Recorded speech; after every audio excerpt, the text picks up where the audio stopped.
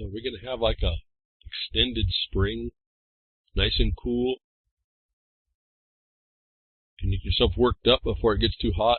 Can't use the excuse that it got too hot for summer to not do something, folks. Anything. I'm just asking anything. Those of you that do, thank you. Those of you that use what I say to help yourself, thank you. And those of you that do, you start looking a little bit closer. You start seeing it really isn't that difficult. It's just a matter of not being focused on the right things that we needed to be. If we wanted to keep this, if you want to talk about freedom, you had to be responsible to it. And there's people that are working stealthily to take away all of that. And so I come every week, I think literally every week now for a decade, to try and explain to you how we just pick something and we'll focus in on it, and then you'll start to see how this starts to work. And if you want to be free, there's people that are in the world. If you haven't noticed now, if there's people in the world that want to take your freedom, you haven't noticed that, you don't really have you don't even really deserve to have the idea of being free. I guess I can say that. If you're not willing to stop them, those folks, you're really not worthy of being free. So my point is on that is let's stop talking, stop complaining, stop talking about how bad the system is.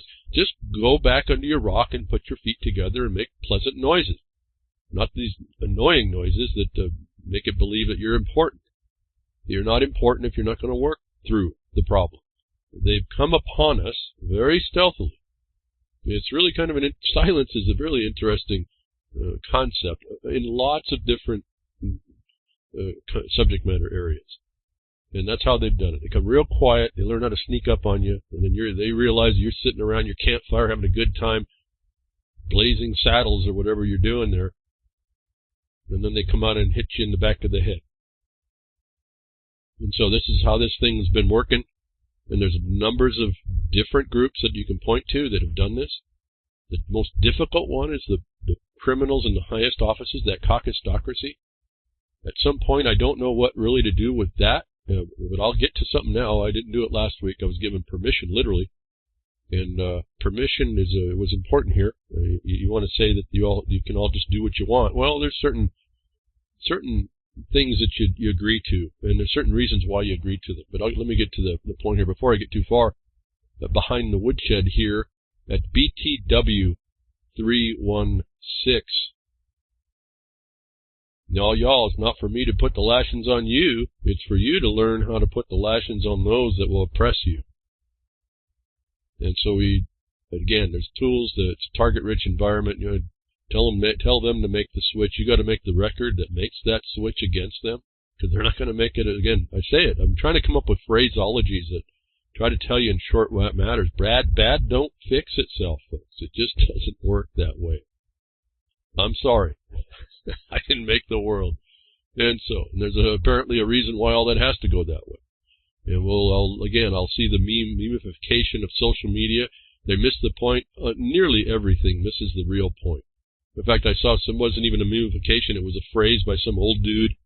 It sounds good when you read it, but when you really apply what the words say, they didn't anticipate the United States of America where people had property and property was important, and that there was a system of government that protected that. Some of these memes, and I won't go on and on about them, you start looking at what they're being said. Yeah, I guess at some point there was a place for them, but this United States of America thing, however deconstructed it now has become, devolved, how fallen it is, there's some inner workings, inner framework that was very powerful. And I can tell you I didn't appreciate any of that until maybe the last, getting into the mining law. I started to put everything in the perspective of how it works. That it wasn't working caused me to go look at that. So, again, if you want to be someone who's in freedom or free mind or libertine or however you want to say it, if you're not working to protect it anywhere, forget it. You're not. You just stop talking to yourself. Stop talking to others in that regard. Just go find some other place. Go do tiddlywinks or something. It's not helping us. And I'm perpetually looking for people that'll just step up and do their thing. And it's a hard thing to work through. I don't have a problem working through the overcoming some of to deprogram us is a difficult thing. Some people I highly respect in what they do. don't have the application side of this quite right. And it leads you down a incorrect path. And more importantly, I guess, is the path is the incorrect path is just falling off that narrow path that you were supposed to keep in the thing that you found that needed to be maintained in your life that was being stolen from you. I have to talk in these maybe abstractions. I mean, that's all this is. These abstractions are because we have fallen natures, and this is the best that we've come up with to resolve these things. And then our lives were oppressed by many different people that could care less. And so this is us, again, if you do nothing or succumb or just complain, just use words, think about it, whatever, anything you don't take action. The truth is action. The truth will set you free. It's action. You're not going to sit there and complain and do nothing substantial against the trespass. So one thing I want to break into here quickly before I get into some other points again about how this thing kind of works, and just kind of pointing to you the news tells us things. Those that, again, would not regard what's the proper, and I say proper because there's ways to do this, and you can fall off the rail pretty quickly when you don't do it this way, and the other side gets to tell you that. This is why I get real cautious about how to proceed. When I say we do code pleadings, I tell you, you find the code that gives you the format that they are required to look at. Whether or not they'll look at it that way. But you don't have the liability of not following that objective basis, the black and white. And this becomes very important with what I'm going to talk to you about next, about what we're doing, what we've had to do to try and work an enforcement in the law, doing the legal part of the law, what the formalities are, so that you keep your record on top and you don't give it up. You don't abdicate the authorities that you have. But today, I want to start out because it didn't fit really anywhere with all the other things I was going to talk about on the tabs, as I just choose this. And again, those of you that listen to me, and I'd ask you to make a comment, especially if you have a negative, if you want to do a thumbs down, put your comment why. Give me some guidance if, and I just kind of take this as a little bit of concurrence in your vote, your silence about this, what you would like me to cover, or maybe more clearly, is my license to keep going. If I'm licensed for me as a crime of what I do here, a thought crime against those that oppress us. If you be quiet, then I'm just having to take that you think, well, how I go about this each week, however inferior, is acceptable. And that's a problem for me because I know we live in a time of mediocrity. And we'll accept a lot less, like we'll accept being able to go in and complain and moan and complain some more, gnashing of teeth, I guess that we can say, about all the woe and the fret, and talk about how it's not going to even talk about, it's not involving me, so I don't care, or whatever. I can keep all huddled up underneath my rock and squeak my feet together. That's not cutting it. And so we have to train ourselves out of that servient oppressed mode that allows those that oppress us to do so. Now, again, it's a literal battle, but it's done, let's say, on paper. Like they say, the pen is mightier than the sword. It can be. It can also be kind of frustrating, but that also shows you where your society is, given you want to hold a high standard. There's a high bar. The Bar Association puts the lowest bar, and then they encroach upon that. So you want to set a bar, let's not use the Bar Associations because you'll find it's fallen. It's absolutely fallen. This is where we can get into the designation of what legal versus law is. We come in and assert the law, and they all try to answer you in legal, or don't. Well, for my experience now, they've stopped answering. And so this is a different style of problem.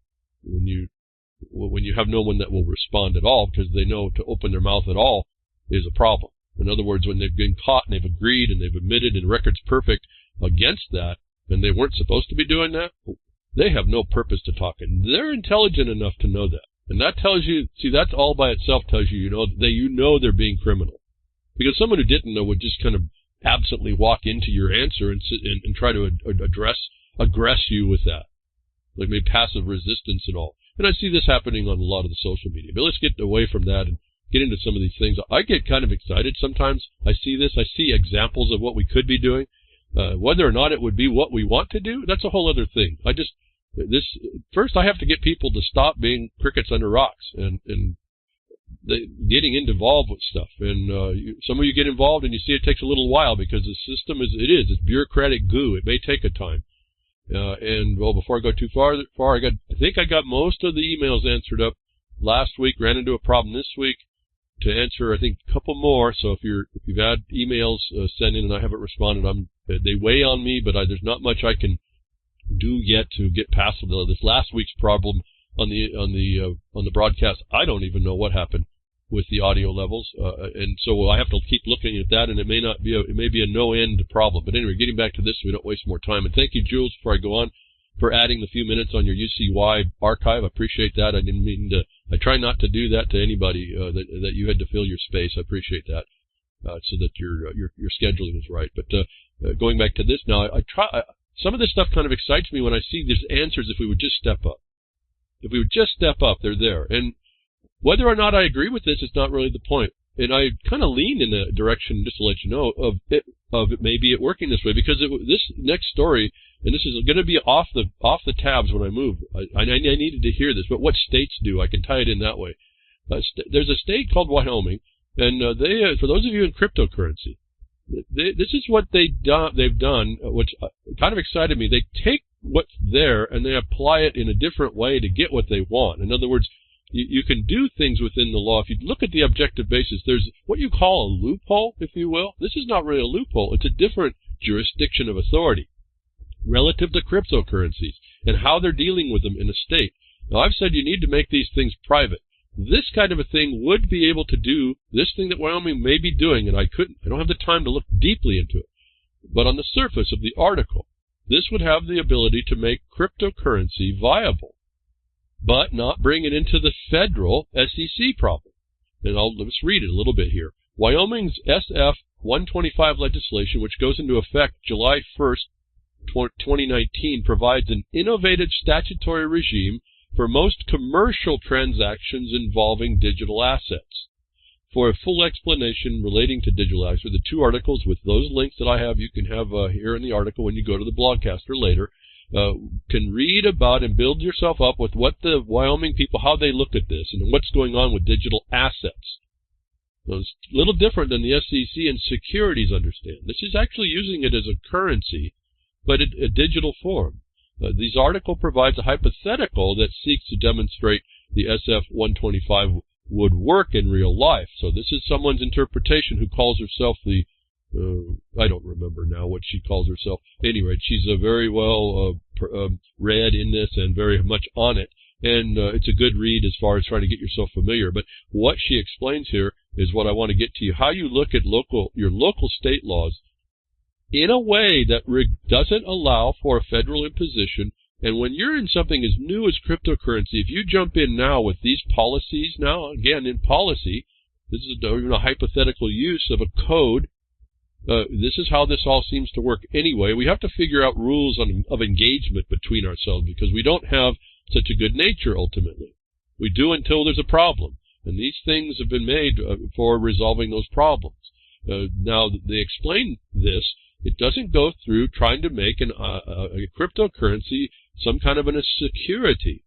It goes through really private contract side. And now for those of you that get all poo-pooed and scared and rail about the UCC or go try to do the dumb things like you becoming some utility within that context, transmission utility, and you don't understand all that, and you haven't really done all the tests that would get you to the end of the road. And this happened out of the 90s, so it tells you how long and bad this information's been going. They still don't have the end of the road. And then the government figured out what was going on, and they closed off any potential of getting there if it was viable. But this is still getting back to the basic commercial code. Remember, this is in a commercial aspect. Doesn't mean that it's limited to this, but this is one state did to also avoid the federal consequence of SEC. They used, by way of the background here, Article 9 of the Uniform Commercial Code. And that determines which creditor has priority in situations where some collateral has been pledged to pledged to two or more secured creditors. Now, that's a very interesting way to frame the use of a cryptocurrency, a digital currency, a digital measure of value transferred for what? Contracts under commerce use. It doesn't mean you can't do private here either. This is the point of that I'm liking about this, because ultimately everything's a contract that you get down to with private for sure. because you get into the state side and all of a sudden there's presumptions. And then people don't have a clue about how to resolve those. Maybe I'll get to the article that we talk a little bit about that as well. But a lender that takes a security interest in a debtor's collateral. There's just so much to talk about. As I look at this, there's so much to talk about. Remember, a debtor, not a master B. You're subject to your agreements and all. You have to be a man of your word, a woman of your word too. This is secured. This commerce code was set up because of the failures of people to not resolve their things and to bring peace amongst people that did have problems. But you're a debtor's collateral. You've said that you're going to give up something. Well, how can you, as a debtor in fiat, how do you have anything to give up? It's really a status. Anyway, let's get over to this point because this is way more important. Utilizing the Uniform Commercial Code in your state through our Article 9. They establish the priority of creditors and debtors. And I'm not going to go through some of the analysis of how this works, and she does go through some conditions, so it's very interesting to read as this goes. I don't have the time here to do it. I want to point out that some people in Wyoming are working very hard to avoid the federal consequence. Where feds have not regulated, the state is free to do so. And this situates itself in something that is a federal code, which was adopted as a model code in 1963. Now, this was interesting because that was done to amend the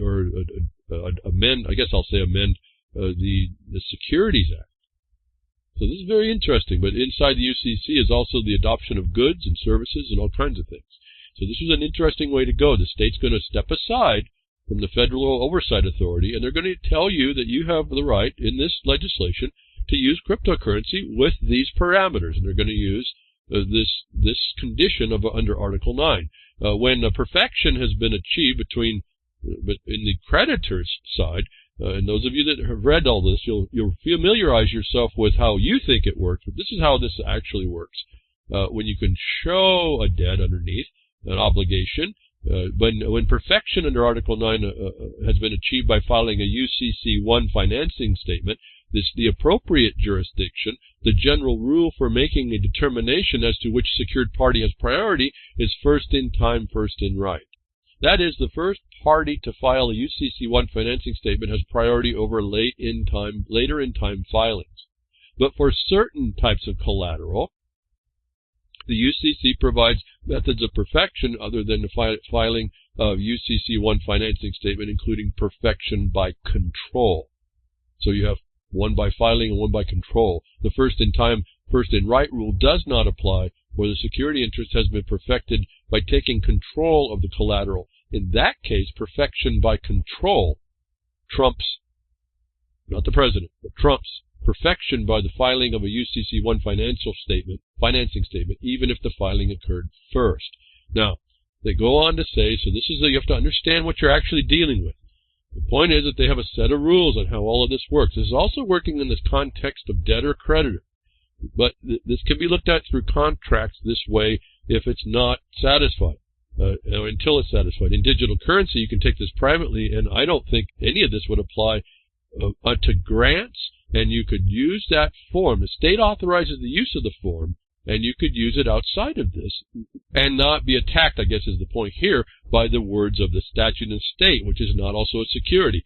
So you don't wrap these things up in exchanges and you deal with them as asset investments. You deal with them, as I was saying, a medium of exchange that you just agree that that's going to be adequate consideration, given its monetary value. The SF-125 covers a range of digital assets, virtual currencies such as Bitcoin and Ether, digital consumer assets, utility tokens, including those used to purchase goods and services, and digital securities. There's your goods and services. You'll find sections that you'll find in the UCC as well, and digital securities themselves. Under SF-125, a secured party or its agents may perfect a security interest in a debtor's digital assets by taking, quote, control of the digital asset through one of several methods. Now, I get to the feeling that your eyes are rolling back a little bit, and it is a little bit more. You really need to slow down and read this stuff. I'm going to stop right there. You can read, though. There's 3 points. You can read how you can flow chart this out on how this works. Here's my whole point about all this. The state is taking this under UCC not as a security. It's taking it under the use of the commerce controls for, in this case, debtors. This would be where those of you that want crypto to work, you would look at this as the guiding light, if you will, at least a starting point. And you would turn to the state you're in, and you would be the one that becomes that so-called the knowledge of the subject matter that begins to find people within the state that will receive this, that the state starts to make its own use and properly, if you will. This is an interesting legalization. It allows it, but it only allows it to go through the processes of UCC1, which is not regulation. It happens to be how you mitigate or come to terms with and balance the rights between different parties to an agreement. So let's get to the point of it. These digital assets now can be brought into the UCC, not as an actual security, but as a medium, acknowledged medium between parties. And I did mention the grant thing. You go out into the grant, that's private. And so they wouldn't even have anything anyway. No, I think once people understand it this way and better, and I'm not saying this is the whole answer or the holy answer, I'm saying this is a start. A state is actually taking this bull by the horns, and it's going to try and make it usable for people in the state. Is what you have to, how this game is played. If you want this to really happen in digital currencies and you want to make it work, you're going to have to go local. Like we said, make it local. This is how this will start to work. If you complain about it or you're in the wild west of it, I don't know what to say about you all. Why would you even do that unless you're just an opportunist? But for those of you that look in the world and want to jump into one spot, I thought this was a very good example of how you would start where you are in your state relative to cryptocurrency. For as much as I am negative about them generally, it's because of this big old nonsense that's around it. It's a promotion. If you really want it to work, and it can be used, I have no problem with that. I've told you, if I probably understood it a lot better and had more time to put into it, I probably would have a couple that I would make exchanges through. But it's such a flux right now, I don't have time to keep up with it. It's not that I'm against it. I'm against it the way it's working down. Why? Because it looks more like a legalization's coming on that you don't want. It's like I talk about anything that's legalized. They make it a crime, and then they give you a certain right to use it. This is not doing that. This is saying you can use it, and these are the guideline rules on what happens in the transaction. And so, a different way to look at it. I'll stop here. Again, there's so much I have to. We could say. We could dialogue on this till we're blue in the face. Who's going to step up and become, like in Wyoming, jump in there? I don't know. A lot of people are running from Wyoming. I just understood a census said they're running from Wyoming, so there's other problems in Wyoming. But the point is, these people are trying to do something that's more proper so they can actually use these cryptocurrencies. They can actually do what appears to be, at least on this article, a condition where this is really, it's acceptable, and there's it can't be hijacked by the government, and the state's actually sitting in the place and say, this is how we're going to show you what you're going to use so that you can work amongst yourselves. And then we're stepping back. No, they step back to the extent that you don't need to execute UCC to judicial, but then their courts come back in. But again, I've been here behind the woodshed trying to show you there's things to do.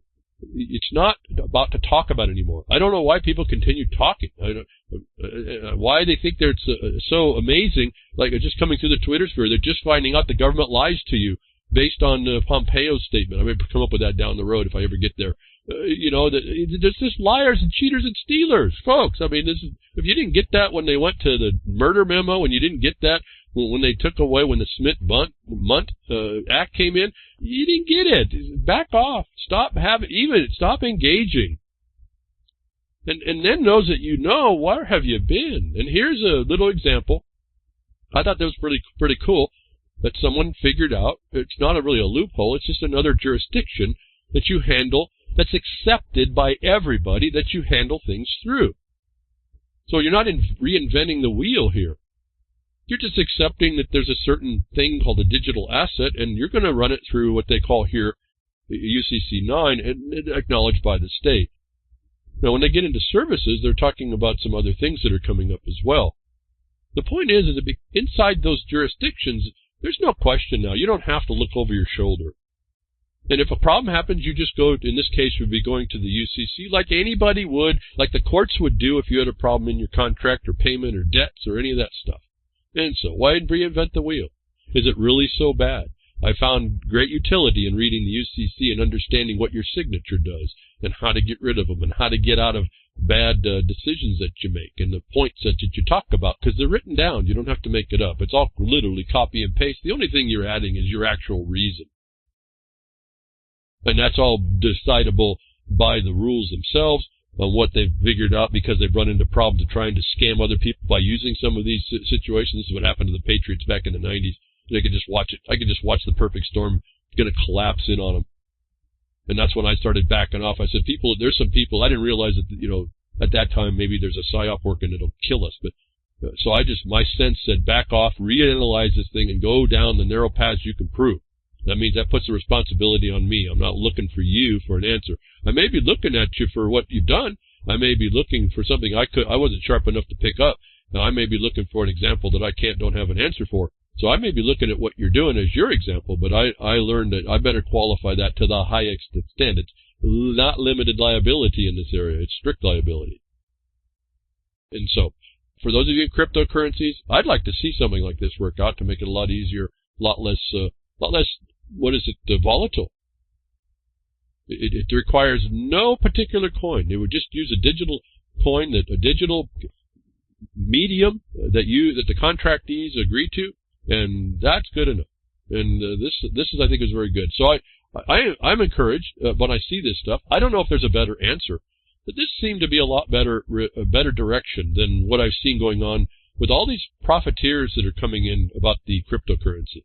And also you realize that if you pick any coin, there's no centralized location in this to regulate. It has nothing to do with the medium more than the medium would be going through a body of law code that's already established.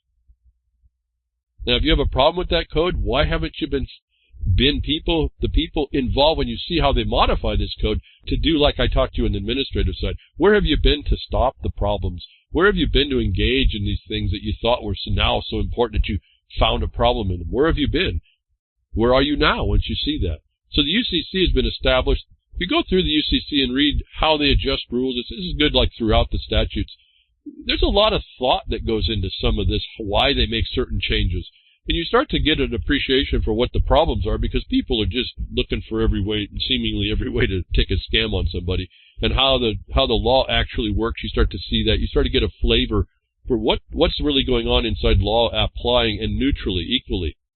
And so the UCC is a good thing to do. I got a lot of value out of it years and years and years ago. It's not something that I refer to much. I just use the remedies within it because I know the court's going to take judicial notice of that. I don't have to discuss it anymore.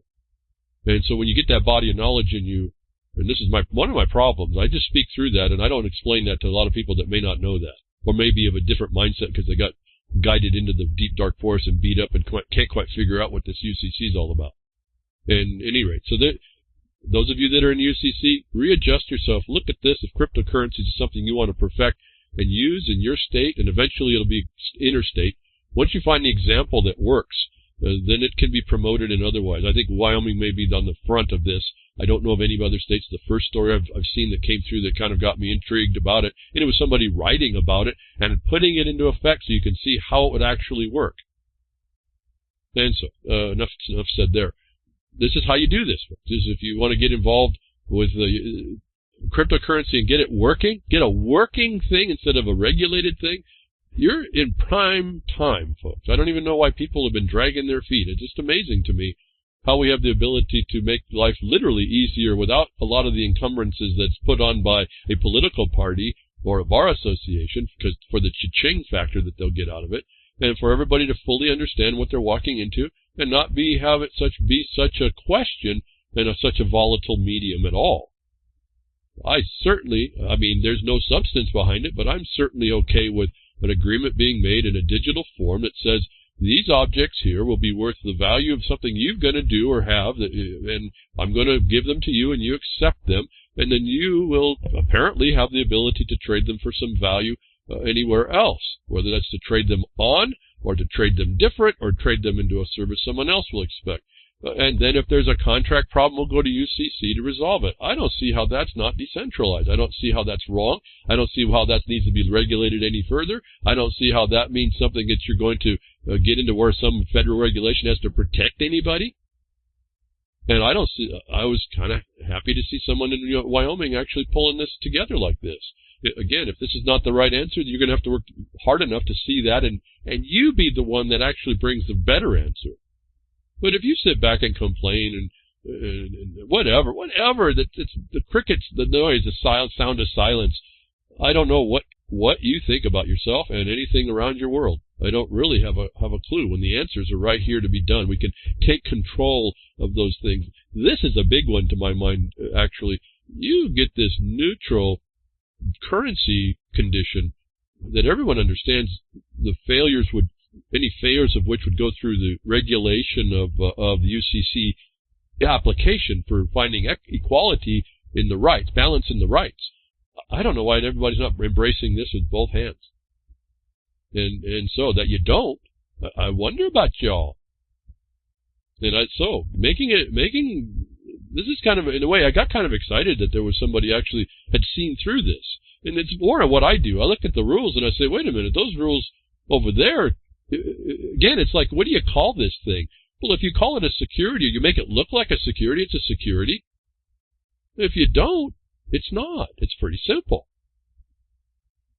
And this is where we get term specificity and bright definitions. It's like I get to you, it's not much different than I tell you, we'll understand the distinction between and the difference between public land and public domain.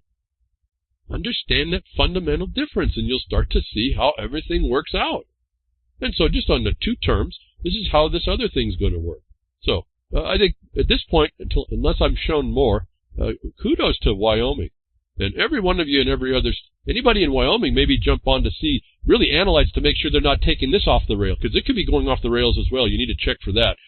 But if not, this is a start of a state-wide thing, and all y'all that are in crypto that are not looking at that really need to ask yourself why, and then why you're not actually moving to actually bring this in, the thing that you want to do, the decentralization, the privacy, all that is, I could see whether or not it's fulfilled all, I don't know, but I could see it could happen here. And so, word to those that are, I want people to stop complaining. I want you, it'll be my benefit that you do it. Obviously, I'm not going to be able to put more time into that. So it's just like a selfish request. I think it's a cool idea, but is it really workable? Is for those that are well studied in it to be able to bring it forward, and those that don't bring it forward and aren't involved right now are going to be ruled by those that do, whatever you think on the matter. And so, getting back into where you take control and command and you do what you can do, getting over to what I mentioned earlier, I was given permission to read a document to you all because the assembly at the Jefferson Mining District believed it's important to start to let you know about how really the immensity of some of the problem that we're facing, whether or not you agree or disagree or think it goes nowhere or not. There's at least a group of men who are working in their governmental authority as property owners, acknowledged by Congress, in order to do what they can do in order to stop this crime against everybody. Again, within the law. And my hesitation on all this is that it's easy to get people, you hear what we're doing and then you dismiss it because everyone's looking for the final answer, and they don't appreciate that you're living in a war crime country.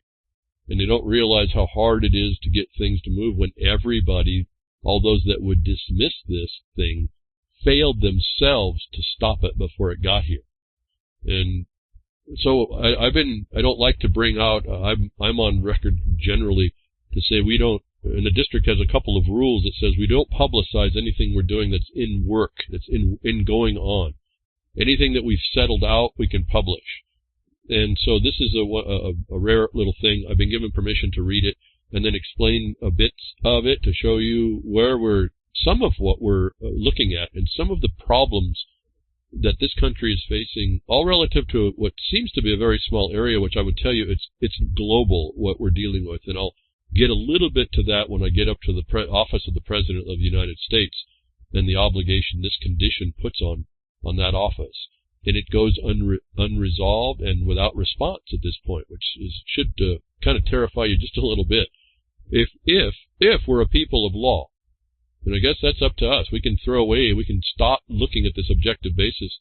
We can say it doesn't work and give up, or else we can start insisting on it, like I think Wyoming is doing under the UCC, and for whatever you think of the UCC itself. And those that haven't really read it, and I've read, it's like a Bible. I've read the UCC numbers of times trying to figure it out as best I could, and that's why, again, I think that maybe that's partly where I get this idea. You got to get something to apply to the UCC. You can't just come in with your mind and not apply it. And when I started to look at what I needed to apply, it started to make sense, a little more sense. It doesn't mean it's perfect. It doesn't mean it's perfect in any means. In fact, the people who model it will tell you that they got some problems. It's like when they tried to blend equity and admiralty back in, 39? It just won't. I mean, there's just certain problems. So you read the rules, you read the notes, you figure that when they blended those two things together, it causes some trouble, and you got to know how to look through that. And essentially, I guess that's what a lawyer is supposed to do. The attorneys just throw you under the bus, but someone who looks at the law really appreciates how that works. Getting back to what Jefferson Mining District has allowed me to do is read a work in progress in a document that we sent, and it's the ongoing enforcement. And I want to explain a couple things. So it sounds like legal. I would be told that this would be legal gibberish. In fact, it's what you have to say, and it kind of throws people off like it's not important because of the way it sounds. But these are all. I'm going to say a couple phrases so when you hear them, you understand what they pertain to. When I say the clause phrase, others equitably bound, your mind. Now this is in the matter of an enforcement of an injunction, and I say others equitably bound. Then what does that say to you that have been listening to me for a while? Within the context of an injunction, the authority of an injunction extends to those that aid and abet, or the officers or agents or representatives of those that you sued. And so within the equity of that case, there's people more than who you sued that are bound by what you've done with the purpose it's supposed to be. Doesn't extend to the world. It extends to those that are aiding and abetting the subject matter enjoined. So you're going to hear right up front the term others equitably bound. There's other terms, I won't go through all of them, but these are probably the most important ones because it tells you how far the extent can happen. It also explains a bit about why when I finally figured out what an equity case could do on this principle, how we didn't have to sue everybody. We could, even though we had to sue about 10 people to give the broad spectrum comprehensive attack against those, a response against those who were attacking us. We could have done it through one name and then hit all the others, but it wouldn't have been given notice in the case. I also mentioned there was a default as a matter of law. Remember, we have a problem with the judge, the so-called judge. It was a senior judge without competency. You'll hear this talked about in one paragraph, and you'll hear that the official looking dismissal doesn't exist. It's void in law because there was no authority. We have a proof of that. That we explained about that in the letter. That the matter of law was you follow the rules, and this injunction exists whether or not you responded and whether or not you got the court to cover you. Because this is an equity case. It doesn't have to go to a judge. It has to go with it's like an answer between the parties. And so we also have the term duly served. This is just not hyperbolistic. Is that a word? Hyperbolistic verbiage. This is in the notice that this is, because in an equity action you have to give notice for enforcement to everyone who's going to be subject to this. And so this is a letter of notice to those that were actually named, but within the notice, within the four corners of the document, which can extend outside the first page, but in this case it is only one page, and that was done on purpose as well. Nothing lost. It all has to say what it has to say. It has to give certain notices. When you hear the term duly served, it's a notice that there is a proof that we can produce. If they want to try and evade this, that we can show that they were in fact served. And they were served as a matter of the law, served for purposes of answering, and they failed. That's what you hear, the default. The word default is their failure to answer. Now I say, though having the burden is another clause. Though having the burden, when you hear that, it meant there was a burden on somebody that they had to answer, and when they didn't, they fell victim of their own silence. Here, this is where you use silence against them. If they go to crickets here, and it's acknowledged in the law, the remedy for their evasion before, which this is you're doing a remedy for, when they had the burden, like anybody, any plaintiff has the burden of adequately stating the claim, and the defendant that's duly served has a responsibility to respond. And if they don't, it's called default. It's a matter of law. There's no intercession that can happen within the agreement of two parties to the case, because everyone else is supposed to sit in neutrality away from it, aren't they? So though having the burden, when you hear this on a term quo warranto, which is the question, the writ to ask, where's your authority? Show your authority. When they had the burden and they don't answer, they show they had no authority. So I think that's about all that I'm looking quickly through this. Those phrases, I hope, are not too so legalistically sounding. They're required to be in the notice of what you tell them, that they were served, that they were enjoined of the subject matter within the context of this case, that they defaulted as a matter of law. And then we have to touch one paragraph notice that someone looking into the case would be misled by the record unless they understand about the quo warranto. And I'm doing all this to anticipate these criminals that we name here. And this is, again, I say this, they admitted to committing treason against the people, folks. And this goes on to a bigger problem, which reaches to the office of the president. They admitted to to committing treason and felonies and all other things. This is not a small deal here. This is an enforcement against and trying to stop them based on some legislation in this state that was underneath this injunction is trying to put forward.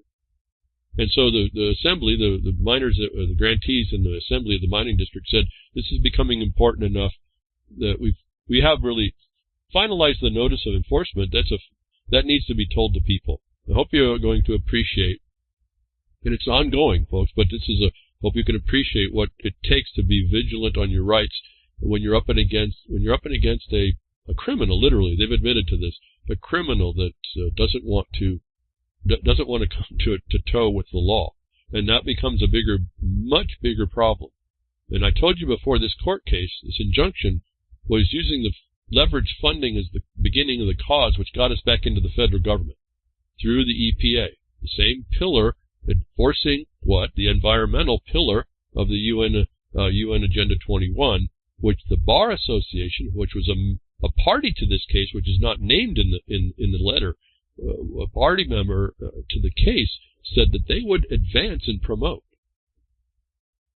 And so this is a not inconsequential condition. And let me get to reading it now. And it's just how the letterhead of Jefferson Mining District, and we have out here just to let you know, this is not just spouting and spewing stuff we make up. This is right out of the code. So everything we have and say here is with support of a law. And we say the letterhead has a congressionally acknowledged miners' government as a matter of law. It gives the website for jeffersonminingdistrict.com, and the date of the letter was dated April 8th. Certified mail to Speaker Tina Kotek and Senate President Peter Courtney of Salem, Oregon, both named parties. You'll hear that in the notice. Again, the notice has to tell them what is the case, what the point is here, and it has to be completely sufficient on its face. That's why all these little clauses are in there. They're not what a bar member judge would say gibberish so he can kind of take the side door out. These are required in a notice of enforcement. Because I say no, because you are dealing with a criminal and you have to put everything within the notice that shows that they can't evade it. It is something on them. And to continue is, again, a continuing of the very reason. It actually perfects why you had to enjoin this criminal. The reason for this letter is a notice of enforcement of default judgment as a matter of law, the matter of Jefferson Mining District et al. Versus Kitzhaber et al., the 2013 injunction. To House Speaker Tina Kotek, Senate President Peter Courtney, and others equitably bound. You are hereby on notice that the Joint Committee on Carbon Reduction and the Legislature's Joint Committee on Carbon Reduction on proposed and any other similar legislation, such as HB House Bill 2020, and your support for it is in violation of the subject matter enjoined pursuant to your default as a matter of law in the matter of Jefferson Mining District et al. Versus Kitzhaber et al. 2013, of which you were a named party duly served. Do not be confused or take reliance upon an official-looking dismissal order issuing in the matter under color of authority. That, too, we accept is felonious and trespass on the case. Subsequent to our timely filed quo warranto, no one purporting to be an officer in a court of competent jurisdiction answered, though having the burden. Furthermore, any such officer was party to the matter. Moreover, you admitted to committing treason against the people, and more, through your default. Pursuant to the 2013 injunction as a matter of law, immediately take whatever measure necessary to eliminate House Bill 2020 or, proactively, any other similar legislation from consideration, and also end the misappropriation of time and public funds to consider or enact any. Executed on April 8, 2019, signed by the interim chairman, Ron Gibson, and on behalf and behest of the Assembly, the named suitors. So the named suitors were Ron and myself on the plaintiff's side. The Assembly of the mining district was involved, and this last bit about the misappropriation of time and public funds was actually included in the lawsuit, the complaint, about what these legislators do when they do something that's actually contrary to the law. Remember, we talked about the carbon. This is the carbon bill. We're not resting on our rights here. We have to enforce the injunction, because this is what we talked about stopping in 2013. They're attempting to do this again. Now, the ramifications, the power of this is in the fact of that essentially the sustainable development and climate change that was involved in this as well, because it's all part of the same thing. Like I said, this is quite comprehensive. All that they bring forward is a treason. It's a war on the laws of the United States. Because we fund, and I guess this is one of the logics that we use, the funding stream was what we sued upon to start with, along with some others, getting us back to the EPA and the state not maintaining a Republican form of government, that the duty was on the Congress through the Constitution of the United States to make sure and guarantee that republic. We get back through the administrative side of the EPA and the condition where you're not only committing treason against the people, but there's a war crime going on. Remember, I've talked to you about when they impose these kinds of punitive damages on you and they hit your primary economy, but more to our point, the property and the production, they attack that. This is war crimes. They don't have a title or a right to do so. That's what we talked about in the letter too, under color. They are coming under color all the time in order to violate you. People say this, and people that are very intelligent on the internet will tell you they come in under color, but they don't understand the application actually. This is an actionable thing. This now rises up to being an international crisis because the government itself is making war on its own people in violation of its own constitution, and the people, by whatever reason, have no actual way to stop the problem. That the debt that's now incurred by the people in that harm is now rises to the office. The only one that can resolve this is the office of the President of the United States. I say office of the President of the United States particularly because I don't care. It doesn't matter to me, and this has nothing to do with anybody, any man or woman in the office. It has to do with the obligations of the office. And when you start to understand, like the subtleties I'm saying, there's these differences, distinctions between the two. It's like when I'll get back to that judge, that senior judge, he retired his commission. He can't claim to be Article 3 when the commission was retired. And even if he was an Article 3 judge, he didn't reside in an Article 3 constitutional court. He resided in an other than Article 3 court, other than in a constitutional court. So he didn't even have a court to sit in to interfere with our Article 3 matter, which is invoked by the complaint, not by the court. And so this was all obstructed. Remember, the judges are bar members of the state that, in this case, we sued that state. They're agents of that state. They're conflicts of interest right off the start. So we nailed all this with that quo warranto. Getting back to the international problem, when you rise to the level of attacking your own people, under international provisions of law, well, first of all, that is solely sits in the office of president to resolve. And you see, Lincoln can do it. Why can't this president do? We've sent 3. We try to be nice and open, and it's not like a big old threat. We say you have a constitutional crisis that's resolvable. You need to resolve it so that you literally can remove the reason why any other country or group of countries in the international sphere can come with justification to take it down, to fix it for the people that are now oppressed, because they can't rise up against themselves, which is a perfection of what I keep telling you. You Second Amendment people keep relying on that. This is so far beyond that, it's not even funny. This notice that we sent is a follow-up enforcement on the 2 people that we named to stop the treason against the United States going through this carbon reduction nonsense. This is an attack on this nation that goes by everybody. Oh, it's just Agenda 21. Well, we have a proof since 2013 and the international law to back up the fact that the President of the United States is the only office to resolve this now. And you see, we had to send an enforcement letter because the people that involved in the Bar Association and or as the political party members and or the government itself is derelict to stop this treason. And therefore, the world looking on has the right to come and take us down, not us, the people, the United States, I'll make the distinction there, in order to fix the problem.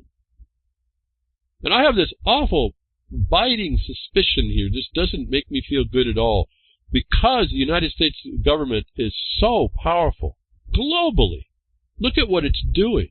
And I told you that they dropped the pretense of international law because they were telling everybody. They did this after our notice that this was coming down. They dropped the pretense of law. They don't even care about international law. Listen to Russia. Well, we are talking to Korea. We have to get back to international law. This whole world's kind of gotten topsy-turvy because there's no order. There's no organized order amongst ourselves anymore. And I have a bad feeling about this whole thing, that this constitutional crisis may be understood in Washington and is why they turned into the rogue thing that you see. I don't know that for sure, but the office of president has not answered to this, even to tell us why this could not exist, what we're doing here. So we've proven that these people that are in your governments could care less about law, could care less about proper application of it. And the Assembly of Jefferson Mine just wanted me to explain just how dire it is through this one notice that we finally did. Wait, again, we're patient, we're waiting, we're watching, and the rule of equity is you have to give notice whenever a particular act within the subject matter is violated. We did that, and I want to explain to you that this was then precipitated letters to the office of President of the United States that there's a constitutional crisis. It's international constitution. It's international obligation. That they told us in 2010 they could care. The United States government told us they could care less about. And y'all went to crickets, and I went to crickets. When I told you about it in 2012, I couldn't believe what I'm looking at. I'm making sure that it took 2 years to keep watching until I said, yeah, they're really meaning this. That the only officer right now that can fix our problem that you all want to support that's not is the guy that's not responding to this. And this then brings on, and there's no nations right now that can do it, but I'm suggesting to you strongly, if it ever becomes that the United States isn't going to be that rogue thug that it agrees to in the 2010 murder memo, that it's not turning around and it's harming you in the United States of America, you are completely blind to the problem. You are completely supportive of the wrong agents. Remember, the office of president is one of the 2 political parties, and that political officer also supports those parties, and those parties, they are named parties in the lawsuit. We just sent an enforcement action against the House Speaker and the President of the Senate in a state, implementing a federal policy.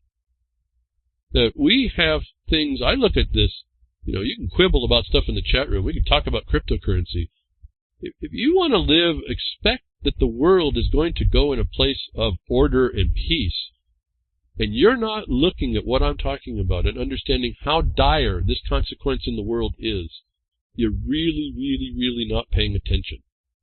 This is one of our first open letters to the opportunity to tell you all, whether you appreciate what I just read, whether you liked it or didn't like it, whether you understood it, whether it was wasted airtime, I don't know. I can just tell you, if your mouth isn't sitting on your desk or over your keys a bit on this, I don't know. I don't know what to say. I'm talking really to nobody. We are in such a dire strait beyond all the things you see that I'm starting to think about it. I start shutting up because I don't know what to say, how bad it is. And I say bad isn't even a good enough word. This is really, really bad on the Constitution. All y'all that support Constitution, this and that, forget it. It's over. I keep telling you, I've been saying this for years. This is maybe my first time to be able to show you. We have an enforcement letter on a condition that we looked through to who started it, and it goes to the office of the United States government, the principal officer of which is the president. In international law, the principal answerer, the principal remedy is the office's decision to stop its tyranny and oppression against you, my dear listeners in the United States of America, and they won't. And then they came out in 2010, right? They came out in 2010 to tell us that. We come out in 2013 to shut down one of the avenues that they're using. It's not even the United States, folks. Remember, anything Agenda 21, climate change, carbon this, carbon that, any of this stuff is treason, and it's not mandatory. And they continue to push it. And you keep being crickets against it. You minimize it by calling it Agenda 21. You don't act against it. We have a president in office. I don't know why there's no man or woman I want to talk about. We have governmental institutional offices that are derelict in the most basic things that they needed to keep track of if they're going to say that there's a national security interest problem. Here's the problem. I told you when they did it in 9/11, when they didn't stop that attack, whether the government was involved or not to allow it, they did allow it by not stopping. Their silence allowed it, didn't it? And we got attacked, and we've seen the nonsense all come from it. I told you, they went and done it. They literally destroyed the structure of this country, and we were crickets as people. Under international law and the way they're going about the exploit, this country, United States of America, is subject to justified international attack to rectify the problem. Likelihood of that happening is probably the likelihood that we send a letter and they just agree. The United States is a big bully right now. It has don't expect any. That's why I'm surprised I see people, the United States government can lie to us? Yeah. No, I don't know where that question came from. I didn't grow up understanding that myself either, but I started to learn it back in the 90s, and I could find all the spots, how and why. What's the illusion? It's way beyond what I hear going on in the social sphere, and it's made to be that way. They want to keep you focused on the lesser things, and the more things that you focus that are lesser, you're not going to understand. Well, maybe you do know psychically. You have a big responsibility to step up to if you understand what I'm telling you today. Anyway, so here's a letter. We normally don't read these out. What we do behind the scenes to try and do what I tell you, what we all need to be doing, to start focusing the problem on where the problem is. We've got a rogue government that's even against you, and you won't respond, and it was your duty to keep it, because under international law, someone can occupy that country, the government of that country, and take care of you. And they are, and all I hear is complaints instead of the proper action. And if nothing else, the proper action would be rallying up around these concepts and become that din of response. acknowledging that there's a responsibility to be kept in there that failed and starting to put pressure on these people. And I think, not just there's just no gun we can go to stop this. I guess that's the problem. Everyone thinks there is, but we'll do it in time. Folks, we're so far past that. It's not even, it's a joke in my mind if people come up with this nonsense. And I think it's either they know that they have a bigger responsibility or they're completely clueless. And why would you listen to that anyway? And so let me just close it right there. We've done an enforcement notice required under the law. This is nothing else. I don't stray too far from the guidance that some people would say it's useless. I'm finding great effect in it. It makes things pretty easy. If I have a guy that steps in my way that says he's a judge, I have a document that can prove it. If he can't answer, he shows that he's a felon. That's the simplest thing I know to do, folks. Why would I want to go do any more? And what am I doing? They're not following the law. They're the criminal. I'm following the law, and I'm peaceful. What I don't have is the massive public outcry about that violation. And they're everywhere is the problem. We've been overwhelmed. See, that's another type of an occupation. We've been overrun by that. And so, just wanted you to hear it. I hope you appreciate what you heard. It's I think the best I could come up with, and it was reviewed by, again, certainly the chairman on this letter, 1-page notice, nothing on and on and on, but fully sufficient to explain the condition and how the people are liable to it and why and how, and to be careful on a false reliance, which, if I didn't explain it, was trespass on the case is just what it sounds like.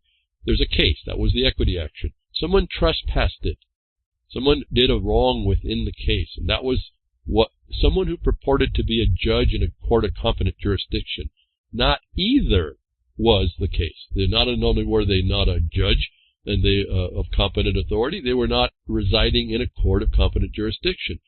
And I'll just say something here about that. Most people miss this detail. All the patriots out there, they miss it. It's not just whether or not the officer's taken his oath. I've embraced that. I want them to say they've taken their oath. Why? Because I get to attach all this stuff.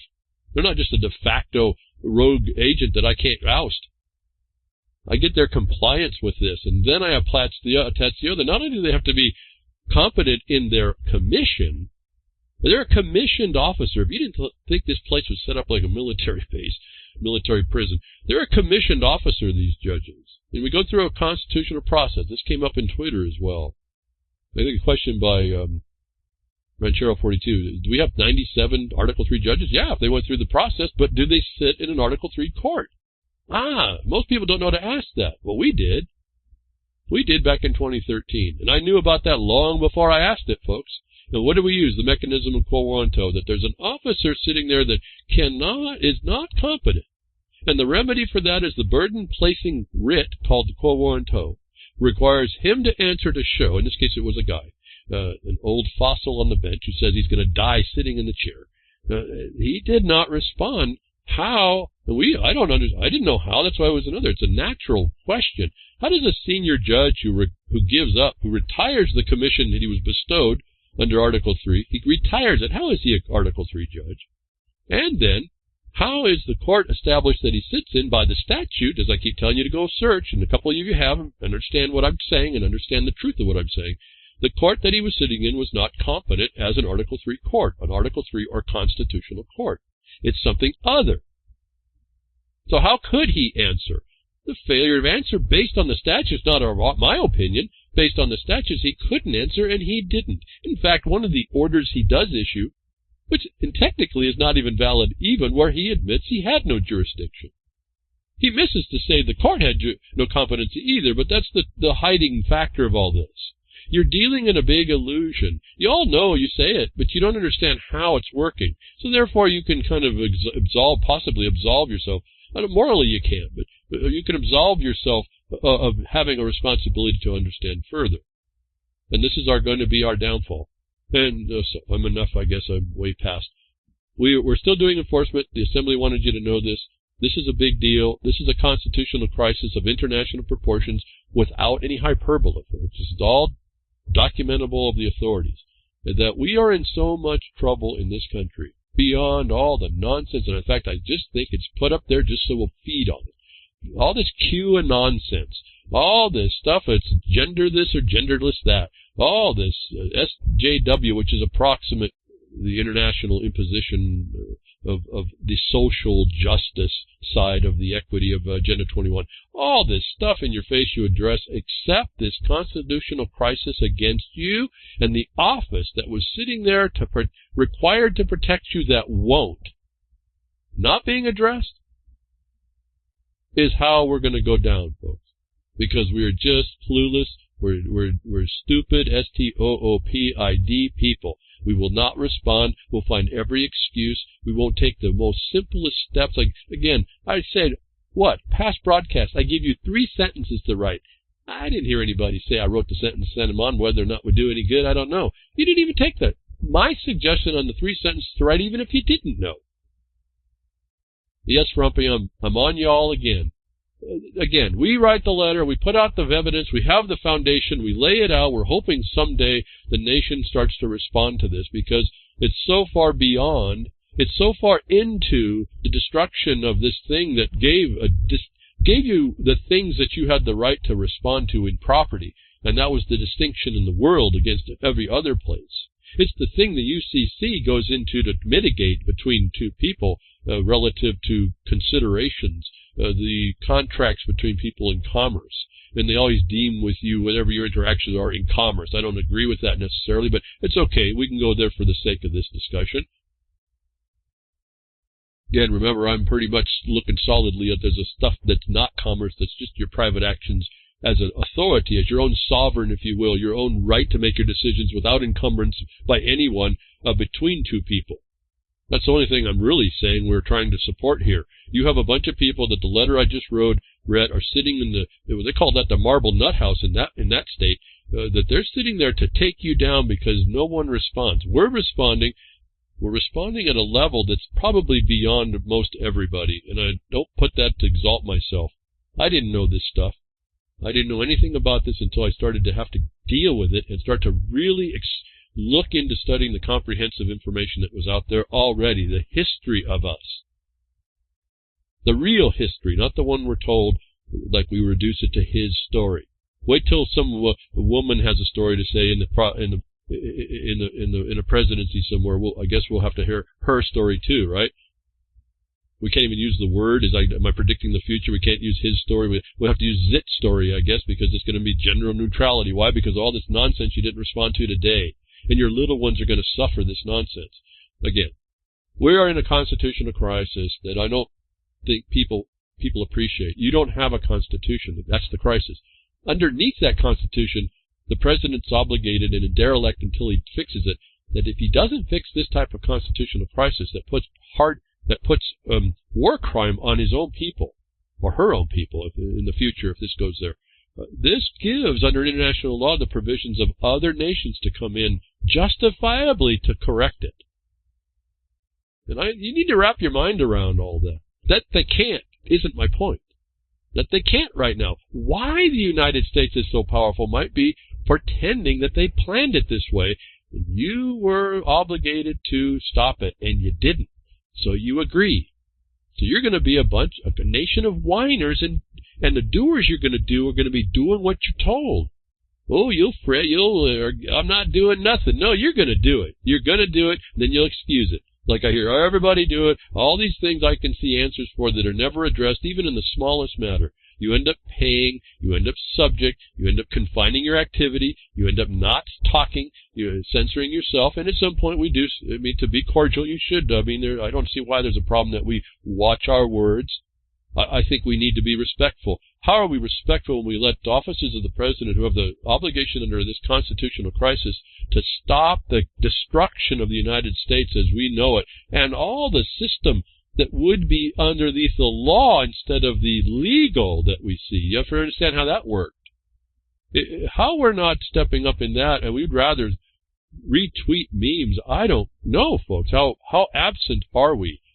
And I'm going to return. I'll keep talking over and over and over again about this point.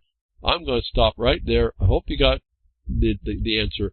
The letter has been sent off. We have not received a response. I don't know that we'll see one. And I haven't heard about that bill yet. I haven't even researched it. I've been so busy, haven't researched to see if it's been tabled. They can do it that quietly. See, this is all real quiet stuff behind the scenes at some level. elsewise, except for me telling you about it today. Will it stop it? It didn't stop. We had to sue them the first time. So these are criminals in the office. It's a constitutional crisis at all levels. You tell me what stops that, folks. You tell me. So I don't want to hear that the stuff don't work. I'm telling you, when you got to this level, you're not working. You're as much the problem. That's on us. You is us. You and me. Both of us. All of us. They're having their way with us in ways I don't think people appreciate. And here's another way of how this all works. Let me move this along, because it all comes and stems from the same thing. I just have to say, however I got into this point where we started to look what we did look at through the mining district, well, after I was in before the mining district, in the mining law, and then looking through how this all worked, we've been able to position ourselves in the main thrust of an attack that causes this constitutional crisis at the international level, not the domestic side. Look at it as the international level. That this kinds of stuff comes up, and this issues of local control of local boards over land issues, or how they're killing us because none of us, not many of us, know what the dynamic is. Ranchero 42 also sent me a notice of this thing that went on through Redact News. Government rules against gold mining in Confederate Gulch. And you go through and read this story. Like I said, mining has been a large part of history in Broadwater County, Montana. Discovery of the gold in Confederate Gulch in 1864 brought in thousands of prospectors in towns like Diamond City, White City, Hassel, excuse me, I'll put probably the right syllabic extreme. Were built almost overnight. A sign just outside of Townsend, Montana, read, "Thars is gold in them thar hills." The sign gave a brief history of mining in the area, but is now gone. Now, let me just stop. It goes on to say that there's this local board that determined that it has, through Broadwater County, has authority over a section of land that has a preference to environmental protection as the Montana Constitution was amended. 1889 was the first Constitution. These gold rights started before the mining law, which is very interesting because this is at the time of how the government was determined to have by its forbearance to allow miners to go seek gold, that the Congress gave up the right to stop them. This was the Sparrow case in, I think, 1864 to 1865. It's the precursor case which moves the government to make the grant in 1866. Montana's not even a state yet. If you want to understand how the subversion works right up in your face, that they came up in 1972, right in the time when the environmental imposition's coming, and they amended the Montana Constitution. A huge focus of the amendment process was environmental protection. In 1975, a law known as 310 Law was passed in Montana legislature as the Land and Streambed Preservation Act. The 310 Law was enacted to manage logging and other resource development projects, including cattle grazing, to protect streams in Montana. Later, the law provided for a clarification that what is known as Streamside Management Zone and was put into law. The new law requires an application for all projects around or that may affect a perennial stream. Around 1999, a mining operation began reworking some of the upper reaches of Confederate Gulch and Broadway County Conservation District, tasked with administration of the 310 Law, began monitoring the project through permit authority. Let me stop reading there. They have determined that they have sole exclusive jurisdiction over the land that the environmental imposition will be in check for. What I want to know, and what was said in this discussion, I think Vinny had actually explained this a bit to me through Twitter. It wasn't much, but enough to show me that to explain it a bit. He said BCCD made a second motion that opens the door to amend the district rule to include or exclude jurisdictional areas within the Montana Gulch area. Until the rules are amended, the entire reaches of Montana Gulch are under the jurisdiction of BCCD. It said in the story that they did a jurisdictional assessment of whether they had jurisdiction. I have to question that. And by what authority? And my response to that, when I looked into it, And this is, again, how they steal your land, because no one's there to say, no, you can't, and then they don't apply the law. Instead, in that story, they used a lawyer, an attorney, got together with this board to figure out how it might be they have jurisdiction. Without the right to hear and determine these things, they don't have any power, folks. And if you don't, you can't leave it to them to challenge. See, this is why didn't they do a quo warranto is my first thought. Forget this attorney. The attorney's going to sell everybody down the river, and this board's going to go with that because they are protected by reliance on this advice, on his or her. So my look into this case, my response to Vince was in Twitter, jurisdiction determined lawfully, or is this multiple felony evidence? Everybody accepts this board has authority by allowing it to determine itself what jurisdiction it was instead of challenging it, actually, and then the insufficiencies of the answer, which, like we did in 2013, would have brought this into judicial review and not leave it administrative self-determined conflicted interest under environmental provisions that cannot be overthrowing the congressional will. When? From 1866. When? By what? By the authority of their forbearance before that. The Congress is out of this one. When you start understanding how this all really works. How can a local board in a state take any authority to determine the disposition of the soil when the state itself said it could not, agreed to the fact in the clause that they could not interfere with primary disposal of the soil in the enabling act of its state? I ask, and further in this post, how is it not treason for state officers, Barb asked members to interfere with Congress's primary disposal of the soil of mineral estate, or primary economy, which includes sabotage under federal law? I go on to ask, or say, potential harm, to advise, potential harm is no authority either, or for aesthetics. In other words, these environmental impositions, even though they're constitutional, so-called, do not rise up enough to interfere with a substantial thing when they're simply for ecology, the environment essentially here, and aesthetics. So where is this authority actually? It was not properly tested. So if you don't understand the remedies to properly test all this, and you take the advice of a self-advising board with the advice of an attorney that isn't taught this stuff in law school at all, period. We've got that settled.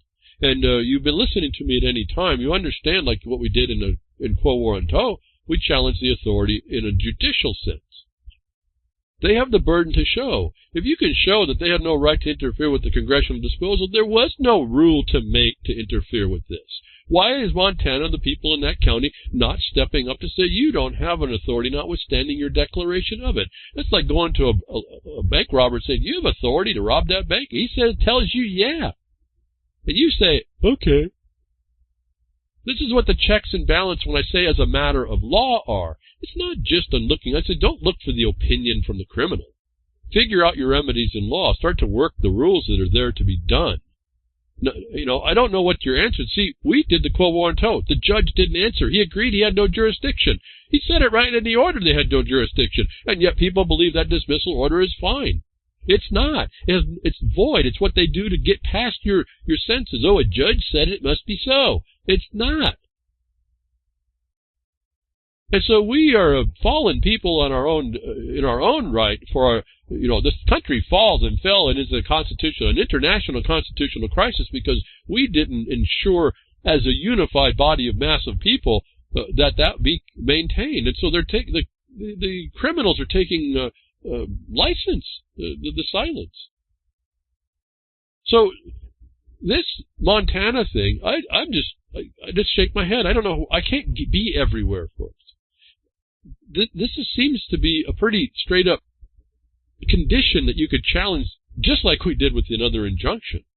How do they? I went over to the Montana enable. I want to make sure. I mean, I think all the western states have pretty much the same one. There's subtle differences, but you're not supposed to interfere with the primary disposal. So how can non-claims that were known to be mineral in character before the mining law be controlled by this entity? When I've told you the road law, which is in the same act, has in statutes in different states that the county has the exclusive jurisdiction but cannot get rid of those places.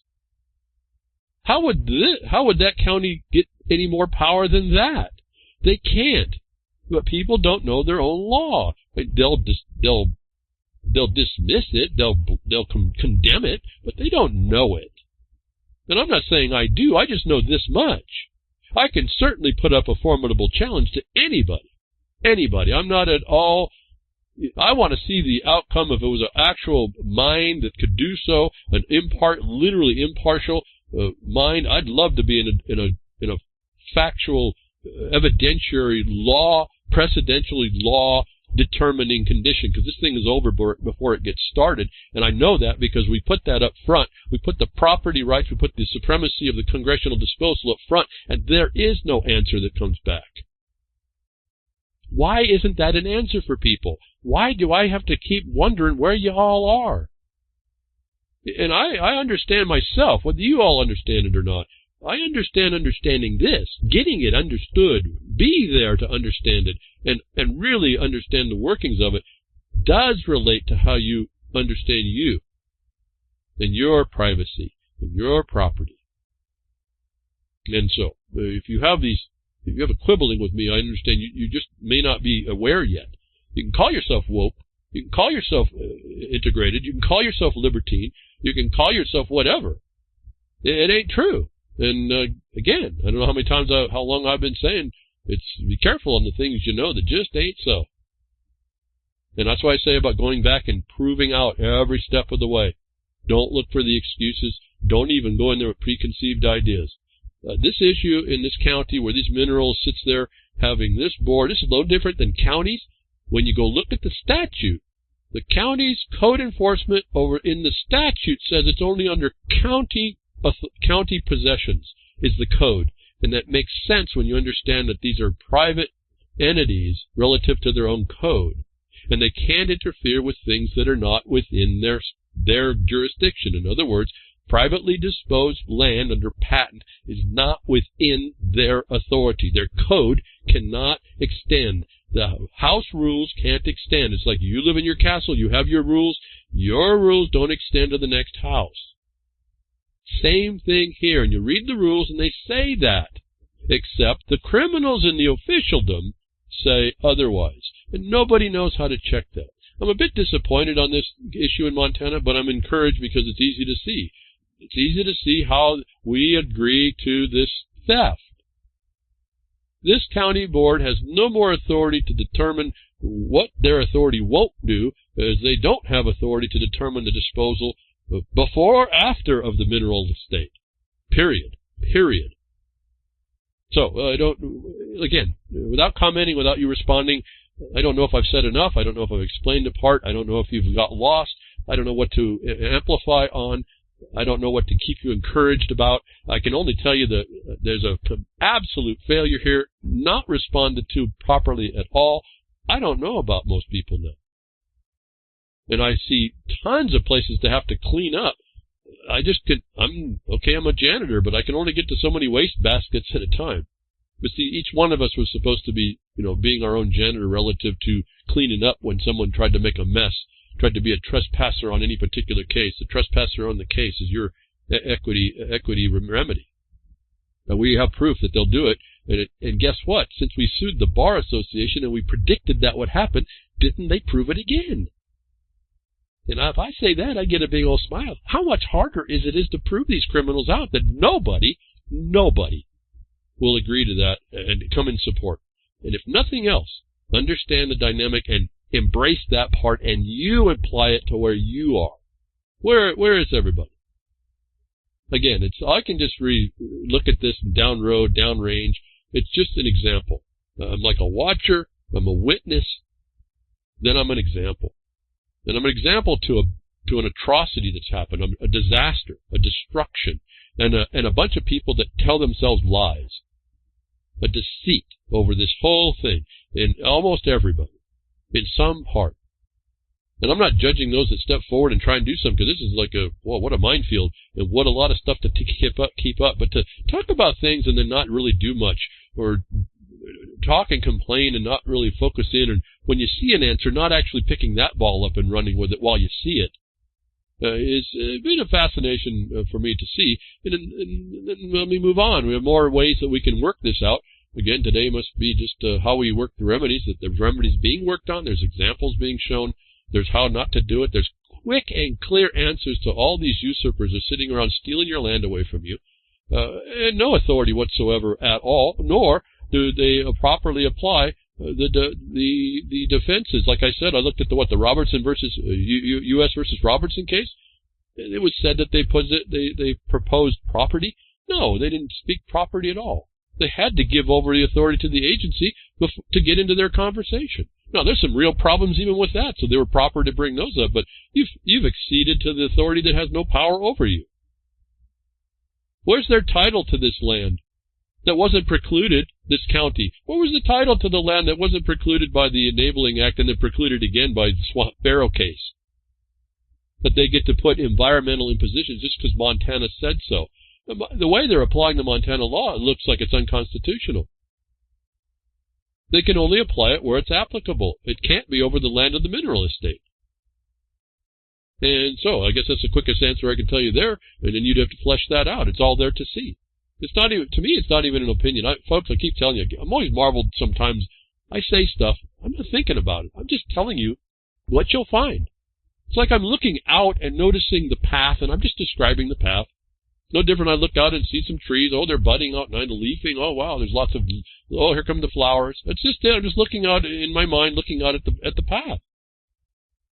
I'm not qualifying any of it. There's just a path that you follow. This is what the interesting thing about the United States of America and property was. It's pretty cut and dried, actually. Oh, yeah, you can give the give and the take. Oh, I put my fence over here for so long and all. Yeah, you can get into all that. I'm talking about your basic property rights. What was supposed to happen? Basic authorities of government, basic balance of powers or not, maybe where there's not, and then what happened within the context of obligations to that government that was supposed to be neutral to all the people, to keep them going forward in even the preamble that has been thrown out by the government itself. You don't have to throw that out. You can hold it up. You can hold it up right in their face. And you do it in a way you don't have to go ask any permission. I don't have a know of any, and here's my question. Even if I'm wrong, I talked to you about it before, what's the remedy to this county, any authority, coming up to say they have jurisdiction over something? And they want to spout off that a constitutional amendment changed something. What's the answer to that? You don't need an opinion. You file the writ of quo warranto, don't you? And they come back with an answer. And then you come back with the fact that they just committed a felony to try and impose a local authority over a federally disposed land to you, the people. Now what are they going to do? I don't know. I just sit here. Does anybody even do that to see that outcome, to see what they would do? No. We were supposed to be all over that. And so, one way, now remember, that's administrative side. You can attack them on the administration side with the law. They can't meet the law. But they can get away with it. They can get away with not meeting the law if y'all let them. And so what's going on, another type of thing that's going on, the property of you, and letting people attack you through different ways, magic if it was a century back. Another way to get at this, more information for those of you that have professed to be interested in this harm, and this is a harm, and the more we see there is a harm, and I'm asking someone to step up, look inside what needs to be required, and start utilizing these documents. Another document comes now. You want to protect yourself against the government that wants to come against you and attack you. If you didn't think, again, that the government of the United States of America is a war against you all, this is the war of terror. It's a war against you. It was done and started in Lincoln's time and ain't stopped. They come by different types of actions. Now this has now got a global bent to it. This internationalized thing we'll see is happening, that they want to put technology on you that harms you. I'm talking about this thing called 5G, which is not 5 gigahertz. It's a whole frequency spectrum that's now being found to be more and more harmful. Those of you that are interested in this, I found a document. It came through a couple of places, and I'm sorry I don't know exactly where. Thank you for giving me heads up. But again, I look at these documents just a little bit differently in a way to try and show you how they're used. Some professor was asked to look at the problem of the here's a paper titled great risks for EU and U.S. and international health. Compelling evidence for 8 distinct types of great harms caused by electromagnetic field, EMF, exposures and the mechanisms that causes them. I looked at that title, I said, folks, I'm thinking about for you, y'all that can do this. This is a PhD that was asked to engage this, to look at it, that had found causes, mechanisms, exposures, failures.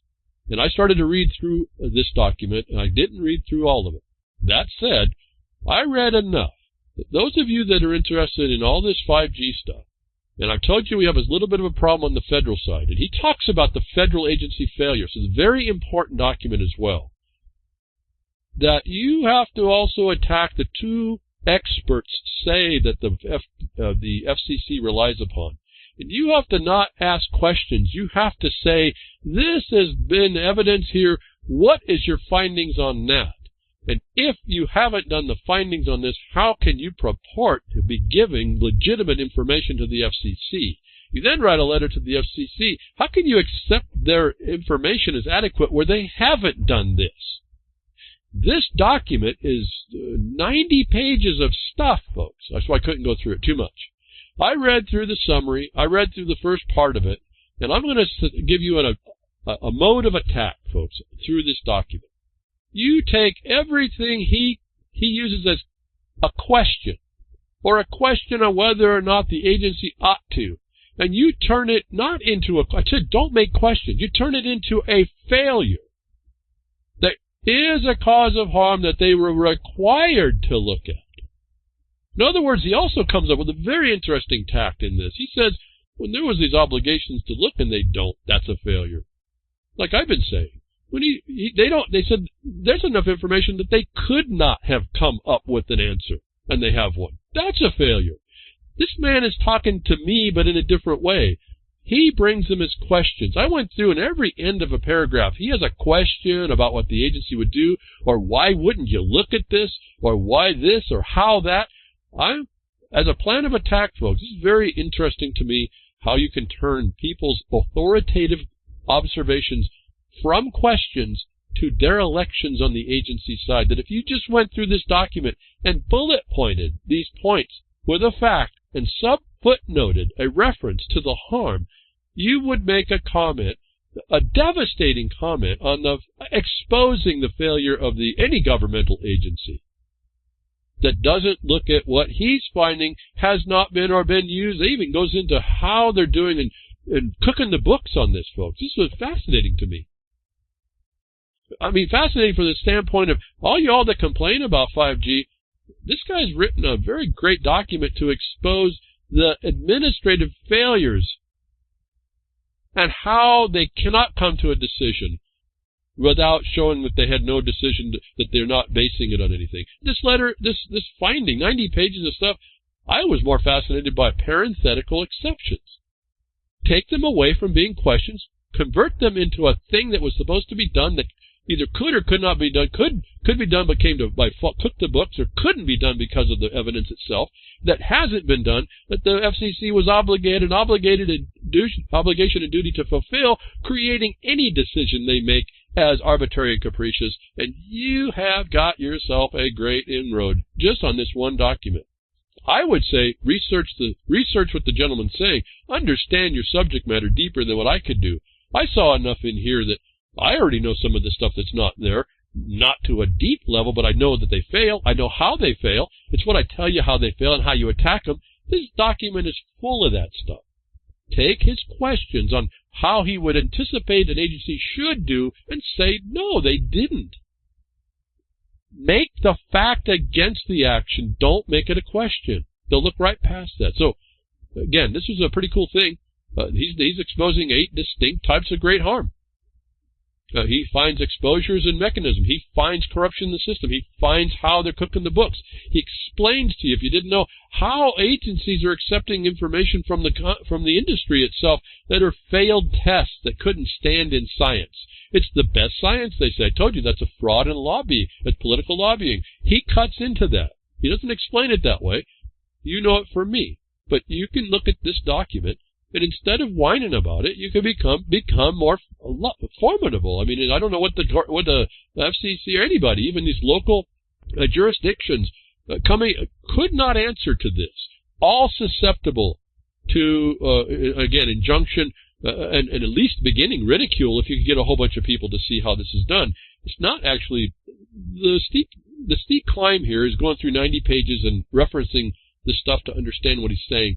It's not a steep climb to understand. Take what he says as a question, accept it as the truth, and just submit it now because we don't have the time, and then over time you learn. I was astonished. I didn't have the ability to go through and point out a lot of things to reread it to you. I didn't have command of the PDF here. I didn't have command of making notable phrases to read to you. But just if I can just give it this instruction. When he makes a question or makes a point about you think that an FCC should do this, no. Say they didn't. Say there's evidence that they should have. This is evidence that they didn't and they were supposed to. And until they do, they can't come up. He speaks to the European Commission as well here. This is a global problem, folks. This is a big deal. I was just fascinated. I mean, this guy was asked to make a comment, and he made it a 90-page document. I'm looking at it saying, you could have made this, not this guy. This guy needed to make this statement to you. You can take this and make it bullet points and tell them where they failed. So what, you got a bullet point theory? You go to the courts and say, these people failed in these ways to do this based on this authority's, this guy, this professor's findings and my findings here, and these people over here's findings when you do the extended read on what he's offered for his appendix. Again, it's taking the bull by the horns, not making excuses for it. It's taking this very same information and going to the experts, say the FCC or anybody else would rely on, and saying, "Why have you looked at this? And if you haven't, why not? And if you haven't, and why not? How can you purport that your information is adequate or representational of the best science even?" Here, I just gave you another bullet point letter. I mean, can you just type that out and lick it? Press a stamp. We don't have to lick it anymore, I guess. Well, old school, I guess we licked it. Anyway. So, to show you how big a problem this is, and I don't know, I didn't read deep enough on this one to find out whether this little document, 90 pages, explains the problem. This is just investigatory. I'm not saying 5G is harmful. This professor says there's evidence it might be. I'm saying there's an administrative function in the United States of America, if they're not making war against you, that they would do this so that you're protected. If they really wanted national security and that wasn't just lip service to the term to do a color of law imposition and felony and treason against you, they would be doing this kind of thing. And you can put that they didn't do this, they didn't do this, they didn't do that. Not a question, you just didn't do it. Here's the evidence that you should have. That's a comment. That's an actionable comment. That's something that can shut down that system. It's not that hard, actually. But this letter may be getting around the world, because here it is. You don't think this is a small attack on the world? This whole thing has got a bigger, deeper evil to it. Brussels Times reported out of the Brussels Times, not the Brussels sprouts, radiation concerns halt Brussels 5G deployment for now. That's right, because you now give the witness, the amoeba goes to work to figure out how to get around the pin you've thrown in its way. This is indicative of the process that we sued in 2013 to enjoin. There's a method behind how they do this. That's in the title. Brussels has to stop because somebody made a notice big enough that makes them stop for now. That's your persistence. You all over the world. There's no place that won't be affected by this. And what's this over about? But data transmission for the purposes of putting in infrastructure through various transportation plans. They have to confine you down in your travels. You don't even see this part coming. Well, they have the right to drive and the right to drive. You can't even defend that one on the use of the roads, let alone go after this one. That's now radiating you and causing all kinds of trouble within your body. Anyway, I won't go into the guys, the doctors. I read enough. It's pretty fascinating what's out there to be seeing. It's just not being looked at, and you need to make a record that that's not being actually looked at by the experts or the FCC or any other group that's any other so-called authority that believes it has the ability to put this on you. Where's their title for that? Where's their moral title to disregard this to you privately? I don't even address that part, but it's all hiding right inside there that we just don't assert what they're not supposed to do right up front. We'd rather complain amongst ourselves or say, oh, I'm far enough away that it doesn't matter. No, that's a lie. There's no play. I found that's out. You can't run away far enough. They're going to come and find you. If it's not into the stack 'em and pack 'em, it's going to be into their little community that they want to be able to keep control. And they want to keep track of you. And they want to trace you. And they do all that kind of stuff. But there's certain limits. And until people step up and actually do this, I'm asking to do it on administrative side so we end it before it gets to the criminal side that you're really having a tough time. And then you're having to have opinions of the Bar Association, whether it be the prosecutor, the judge, or the defense attorney, made by the rules of the same group. If you don't think you're in a closed house prison, reverse warrants for cell site location info results in wrong man being jailed. The story I've been telling you was going to happen. Here it is, more evidence. It goes on and on and on. They use these so-called reverse warrants. I talked to you last week or the week before. These have to be limited. You have to jump in and stop these things so that these reverse warrants can only go to the extent that they can't have an objective basis on anyone in particular. You're going to find out a court case is now available that says that has to happen, and that it is limited to, let's say, an arm's length transaction. Otherwise, you're going to be you can be walking around as innocent and pristine as driven white snow, and some of you are still seeing that in this global warming we're seeing, that they're going to come and pick you up because of things like these reverse warrants. I talked about them last week, and more another story, are new regular warrants. Where this became new and regular, I don't know. But this is where you have to come against them. Otherwise, one day you're going somewhere and they target you. I guess that's all I need to say about that. This is not a joke, folks. This is they're coming around with all the excuses that they get around everything because you're not bringing it into the proper point. I say at this point today, one of your avenues, when you locate the actual law on the ground, so to speak, your rights in substance, you find where they have no authority. You assert with a collateral attack, like I told you didn't happen on the Robertson case. Doesn't happen on anything else that the attorneys pick up in land or making ponds or doing code enforcement. They don't do any of this. You find your substantive right, you collaterally attack it through equity action, and you attack that they didn't have the right, just like I'm telling you that board doesn't have the right to interfere with the congressional disposal that was given to all through the 1866 Act before Montana was even made, and they don't have authority over that, period. Where was the collateral attack? Same thing here. They're using these reverse warrants to legalize you into commerce activity, commerce identity. You don't even understand that's going on. But this now is proven this is not a good way to go.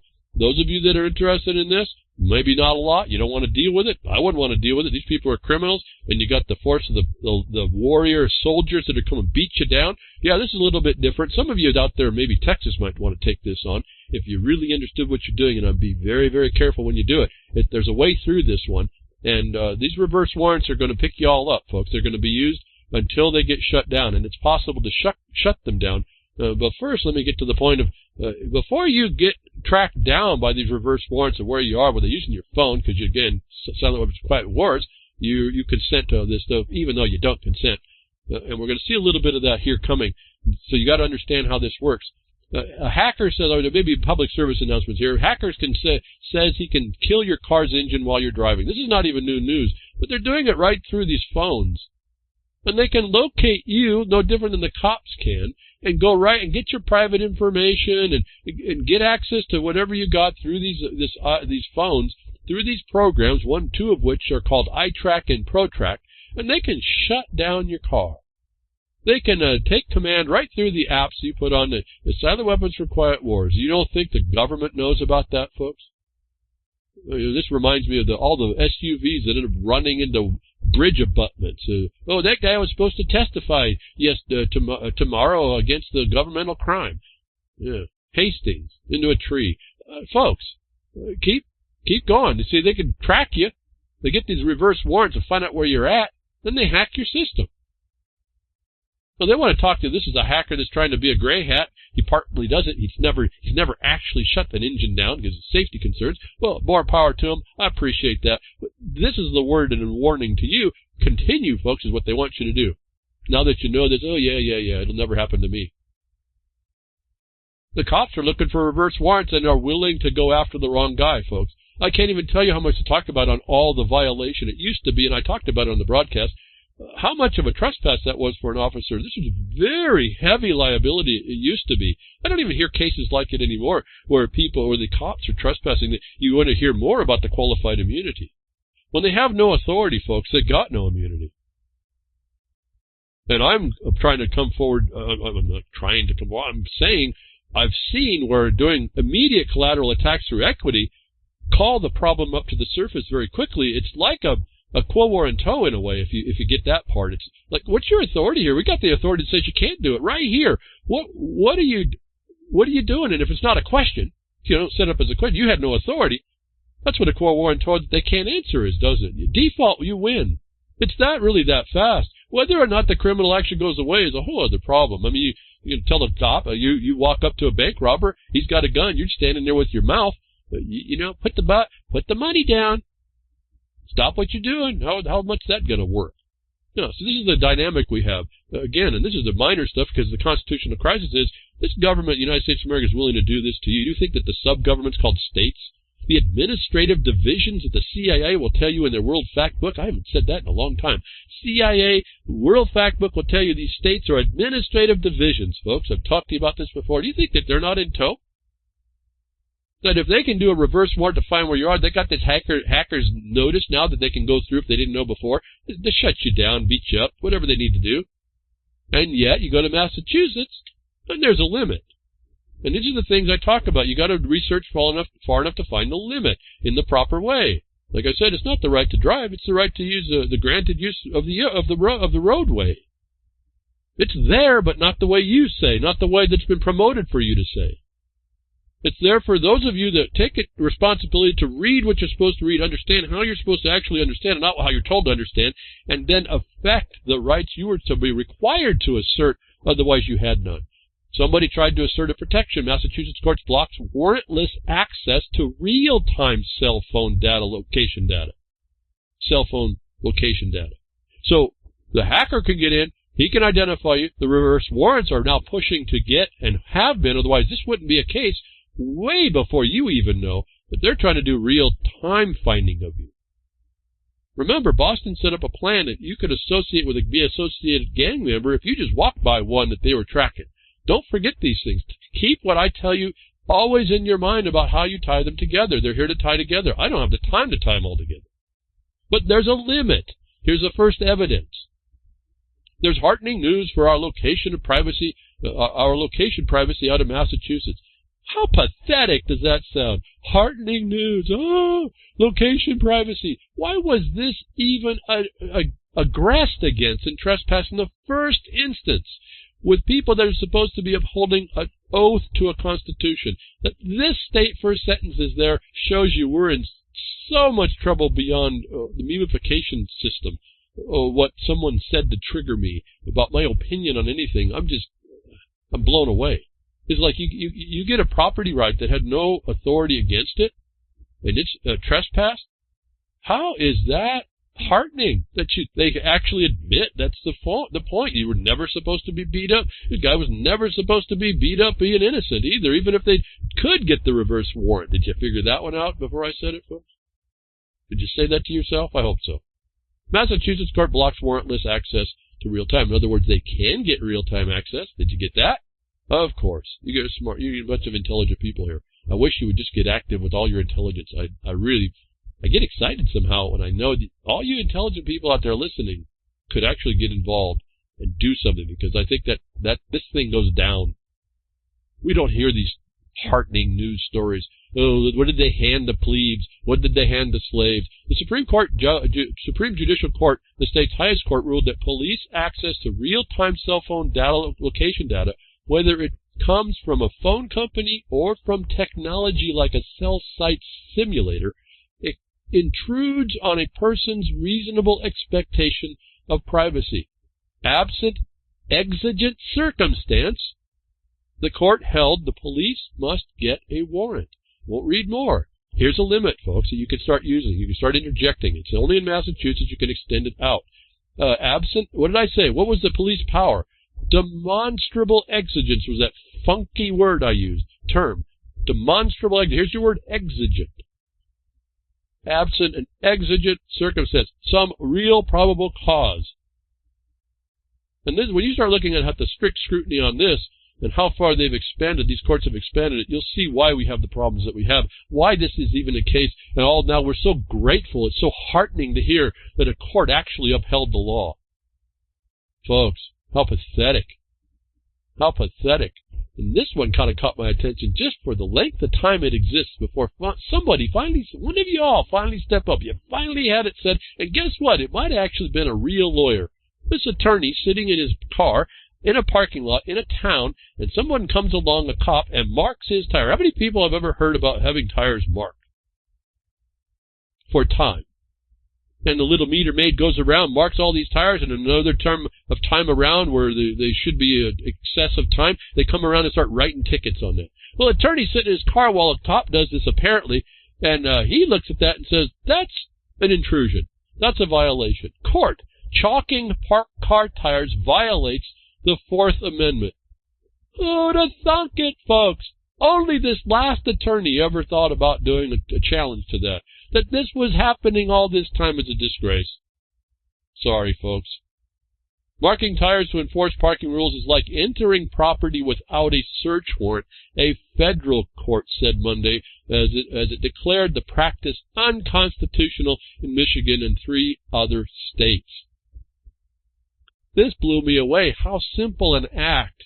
And we are so just absent what constitutes a violation. But simple chalking of a tire is now deemed to be a search warrant.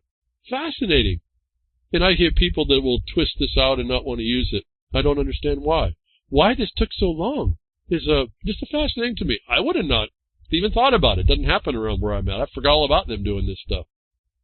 But Allison Taylor had received more than a dozen $15 tickets for exceeding a 2-hour parking limit in Saginaw. The city marks tires with chalk to keep track of how long a vehicle is parked. Her lawyer argued that a parking patrol officer violated the Fourth Amendment rule against unreasonable searches. The three-judge panel of the appeals court agreed. Listen to this, folks. This is where you start finding out the limits and extensions. The purpose of making tires was to, quote, raise revenue, not to protect the public against a safety risk, the 6th U.S. Circuit Court of Appeals said. The city does not demonstrate in logic, or law or logic, that the need to deter drivers from exceeding the time permitted for parking before they have even done so is sufficient to justify a warrantless search under the community care rationale, the court said. That is a monstrous statement, because I've talked about community care, and the government now uses it as a license to come bust in your door to help you, and then they shoot you dead. Now, how does it, so the extension is, so if you're in your house under community care and they bust in your door, now, in a couple of states, they've agreed that this is okay, but how does your problem you may be having in your house become the demonstrable exigence that's a threat to the public that allows the police to come in and break your door down and shoot you to help you? Is the next statement I would like to have someone pick up on and settle. But here, this is all the point of it. There's no law or logic behind this because it doesn't actually satisfy the risk to the public. And it's only for raising revenue. Even your civil rights are limited. Do you notice? They can't come after you for the fee that and the fine they would charge you, even though they have the right to under federal law. Think about that interesting little thing. But because it's a violation that they deem as a search underneath the Constitution. How many of people over the years have allowed this to go on? The reason why this was returned is also interesting. This is actually a very interesting discussion.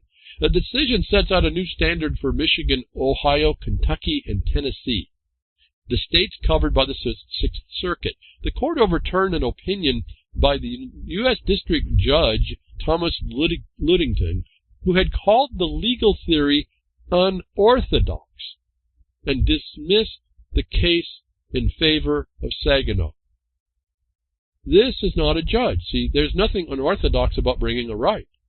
And yet that's how they deem it. And I'm not even talking to the fact that this jurisdiction has no competency, that judge is likely out of competency. The U.S. District Court of Appeals in the Sixth Circuit looks like it has no competency. I'm not my opinion. The statutes tell me this. And we got the confirmation with the lack of ability of a judge to say so himself in our case, that the unorthodoxy of assertion of a right is not supposed to be in question. It's whether or not it sits there in the law to be protected. Shows you the failure of the district courts, which are deemed to be the answers relative to your rights, and how failed that this whole system becomes.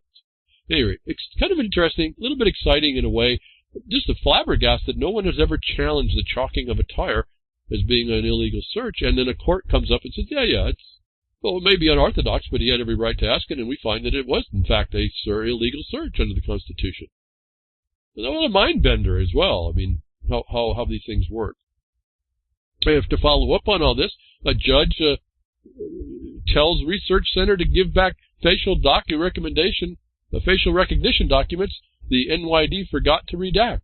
This is where you go to the other side. Once they publish them, every court case I understand says it's public record. No, this judge is going to ask the people that asked for these facial recognition documents to return them all to the NYPD so they can become redacted and send them back out. The problem with this is the NYPD is fighting them tooth and nail so they don't have to give up this information. That's a war against you, folks. This should be an open society. It's not. And even the courts will sit inside all this information, inside of this to condition this. But again, you got to look very carefully. This, I think, needs to be fought even further. Again, this is an agency that they asked for documents, and they said there is none. And they find out there's lots. And in my case for our claim, went against the Forest Service. They said the same thing. There was no documents. I responded back through the FOIA. Now, this is federal, not open records. FOIA. And I said, well, you should have at least had the 4 letters we sent you first time in our record.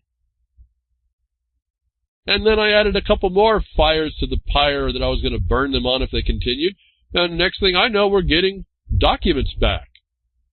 And so this judge is kind of an interesting problem. Why did you allow the court? You're supposed to be sitting to review this stuff and ask. And if you let it out, that's an order of the court, and it's public. It's public information now.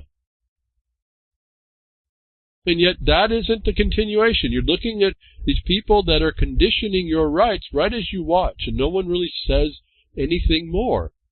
And yet, as I've shown today, there's tons and tons that can be picked up to be done. There's things you have that are your right to do, that if you don't do them that way, you agree. You could agree to all the authority that's out there. I mean, certainly. And that's what takes advantage of us. But today it was pretty astonishing to hear something as simple as chalking a tire had never been challenged. Because we are a society of crickets. So I'm not saying this in judgment to any of you all. I just hope it spurs you on to do something, because as we maintain the society of crickets, these people are hurting us. These people are stealing our property, our rights, our money, even if it's in fiat. We're agreeing to that. We could go back to substance, but we won't. And I guess this is a little bit of a sadness to me, a bit about us. And notwithstanding that, I hope I gave you something to chew on, to actually do, to actually send out, to actually get involved with, or give you ideas to move on to other things, and do what bothers you to make it right. Thank you, Grimner, for what you do at reallibertymedia.com, and the whole site and all the things that we do. We can put our broadcaster. I can put my broadcaster, give you all the links I talked about. You can do some in-depth research and move it on further. All you folks that are rebroadcasting, syndicating the broadcast, thank you very much. I could use more just to pick up the broadcast. Tell people, folks, tell other people to pick it up on their broadcast. So don't get that much support. Don't even get comments, but that's what's needed for us to get out there and become something to be reckoned with, and the knowledge you need to actually do something, not just complain about it. I'll be with you next week, tech diffs or nature willing.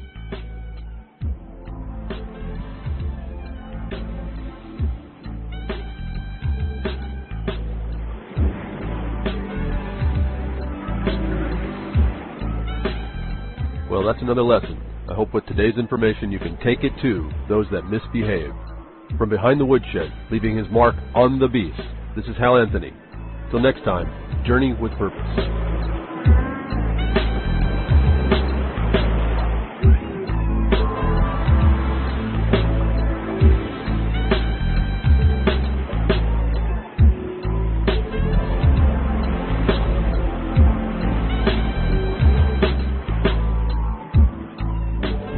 Well, that's what opening up a can of whoop-ass feels like. Son, you just opened a whole case of whoop-ass.